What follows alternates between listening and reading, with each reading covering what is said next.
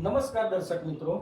તો આજે આપણે ત્રિકોણનો બહિષ્કોણ, ત્રિકોણનો અંતઃકોણ અને ત્રિકોણના અંતઃસમૂહ કોણ વિશેની માહિતી મેળવવા જઈ રહ્યા છીએ। તો ત્રિકોણનો બહિષ્કોણ કોને કહેવાય? તો ત્રિકોણના કોઈ શિરોબિંદુમાંથી લંબાવેલી રેખા પરના બિંદુથી બનતા ખૂણાને ત્રિકોણનો બહિષ્કોણ કહે છે। આપણે આ જ વ્યાખ્યાને આકૃતિ દ્વારા સમજીએ કે અહીંયા તમને ત્રિકોણ ABC આપેલ છે। તો ત્રિકોણનું કોઈ શિરોબિંદુ એટલે કે માની લો શિરોબિંદુ C છે, એમાંથી લંબાવેલી રેખા એટલે કે આ BC માંથી જે આખી રેખા લંબાવી છે એના ઉપર એક બિંદુ આપણે D આપ્યું છે। તો અહીંયા જે ખૂણો બને છે એટલે કે ખૂણો AC અને D, આ ACD ખૂણો છે એ ત્રિકોણનો બહિષ્કોણ કહેવાય। આને આપણે બહિષ્કોણ તરીકે ઓળખીશું। હવે તમને એક સવાલ થાય કે ત્રિકોણના બહિષ્કોણ કેટલા હોય? તો ત્રિકોણના અલગ અલગ બહિષ્કોણ થઈ શકે। આપણે જરાક આકૃતિ દ્વારા સમજીએ કે માની લો કે BC માંથી લંબાવેલી રેખા D સુધી જતું બિંદુ છે એનાથી ACD રચાય છે। તો એવી જ રીતે દરેક શિરોબિંદુમાંથી બે બહિષ્કોણ રચાશે। જો આ AC છે એને આપણે આમ આગળ લંબાવીએ તો આપણને એક બહિષ્કોણ અહીંયા મળશે। આ BC ને આમ આગળ લંબાવીશું તો આપણને એક બહિષ્કોણ અહીંયા મળશે। આને આપણે અહીંયા આગળ લંબાવીશું તો એક બહિષ્કોણ અહીંયા મળશે। એવી જ રીતે A ને આગળ લંબાવીશું તો એક બહિષ્કોણ અહીંયા મળશે અને આને આગળ લંબાવીશું તો એક બહિષ્કોણ અહીંયા મળશે। આ બહિષ્કોણો જે મેં દર્શાવ્યા છે એ જગ્યાએ જ કેમ મળે છે? તો આપણે જોવાનું કે એનો અંદરના ખૂણાનું ખાસ ધ્યાન રાખવાનું। માની લો કે આ અંદરના ખૂણા છે તો અંદરના ખૂણાથી બહિષ્કોણ સાથે અંતઃકોણો અથવા તો રૈખિક જોડની જોડ બનવી જોઈએ। તો જો આ ખૂણાને અહીંયા જોડ બને છે, આ ખૂણાને અહીંયા બને છે, આ ખૂણાને અહીંયા બને છે, આ ખૂણાને અહીંયા બને છે, એવી જ રીતે આ ખૂણાને અહીંયા અને આ ખૂણાને અહીંયા। તો અંદરના ખૂણાની આજુબાજુમાં જેટલા ખૂણા બનતા હોય તે બહિષ્કોણ છે। હવે આપણે વાત કરીએ કે આ બહિષ્કોણની વાત કરી, ત્રિકોણના અંતઃકોણની વાત કરીએ તો અંતઃકોણ કોને કહેવાય? તો ત્રિકોણના બહિષ્કોણની પાસે આવેલા ત્રિકોણના અંદરના ખૂણાને અંતઃકોણ કહેવાય। ધારો કે ત્રિકોણનો બહિષ્કોણ આપણે સમજવા માટે આ રાખ્યો હતો તો એની પાસે આવેલો ત્રિકોણનો અંદરનો ખૂણો જે છે એ આ છે। તો આ ખૂણાને આપણે કહીશું અંતઃકોણ। અંતઃકોણ એમ દરેક બહિષ્કોણનો અંતઃકોણ અલગ અલગ થાય। ધારો કે આ ખૂણો હોય તો એનો અંતઃકોણ આ થશે, આ ખૂણાનો આ થશે, આ ખૂણાનો પણ આ થશે, આ ખૂણાનો આ થશે અને આ ખૂણાનો પણ આ થશે। એવી રીતે જે તમને બહિષ્કોણ કયો હોય એની પાસે આવેલો ત્રિકોણનો અંતર્ગત ખૂણો એ તેનો અંતઃકોણ છે। અંતઃસમમુખ કોણ તો ત્રિકોણના બહિષ્કોણની સામે એટલે કે ત્રિકોણની અંદર આવેલા, તો આ ત્રિકોણનો બહિષ્કોણ છે। હવે એની સામે અને ત્રિકોણની અંદર આવેલા તો ખૂણા ACD ના બહિષ્કોણ આપણને ખૂણો A અને ખૂણો B મળશે। તો આપણે બધા ખૂણા લખીએ કે ખૂણા ACD એટલે કે આપણા બહિષ્કોણ છે, બહિષ્કોણ ACD ના અંતઃસમમુખ કોણ બરાબર ખૂણો A તથા વત્તા ખૂણો B, બંનેનો સરવાળો હોય એટલું જ આનું માપ થાય। એટલે કે બહિષ્કોણનું માપ છે એ બંને અંતઃકોણો હોય એના જેટલું માપ થાય છે। હવે આપણે જોઈએ ખૂણા ACD નું જોયું।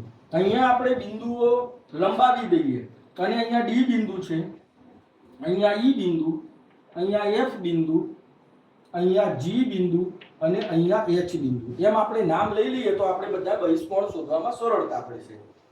તો આપણે માની લો કે બીજો બહિષ્કોણ જોઈએ તો અહીંયા બીજો બહિષ્કોણ છે કે BCE, ખૂણો BCE। તો ખૂણા BCE નો અંતઃકોણ પણ ખૂણો C જ થાય।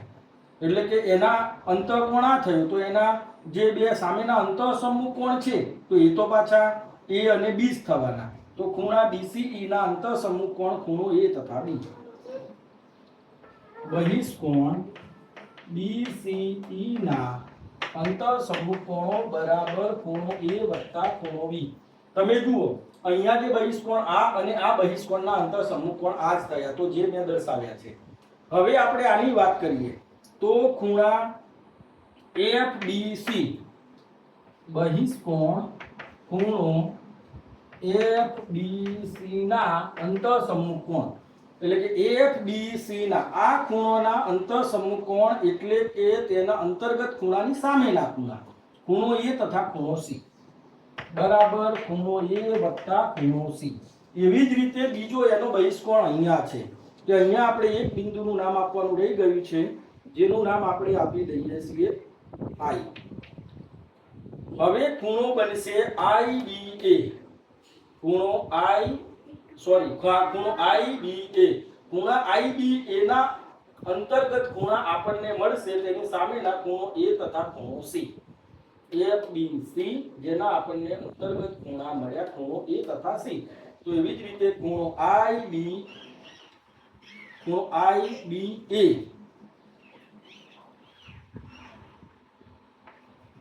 બહિષ્કોણ ખૂણો IBA ના અંતઃસમુખ કોણ એટલે કે IBA આ ખૂણાના અંતઃસમુખ કોણ ખૂણો A તથા ખૂણો C મળે છે.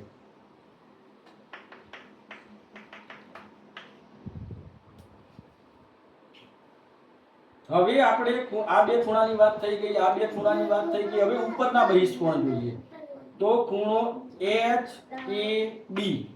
ખૂણો HAB ના બહિષ્કોણ ખૂણો HAB એના અંતઃસમુખ કોણ કયા મળશે? HAB ના અંતઃસમુખ ખૂણો આ છે, એનો અંતર્ગત ખૂણો આ છે, તો એની સામેના બે ખૂણા આ મળશે, ખૂણો B તથા ખૂણો C.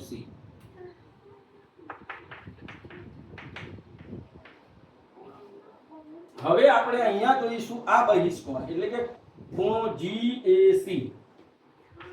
બહિષ્કોણ ખૂણો GAC ના અંતઃસમુખ કોણ GAC એટલે કે GAC બહારનો ખૂણો છે, એનો અંદરનો ખૂણો એટલે કે અંતઃકોણ આ છે, તો એના સામેના ખૂણા ખૂણો B અને ખૂણો C.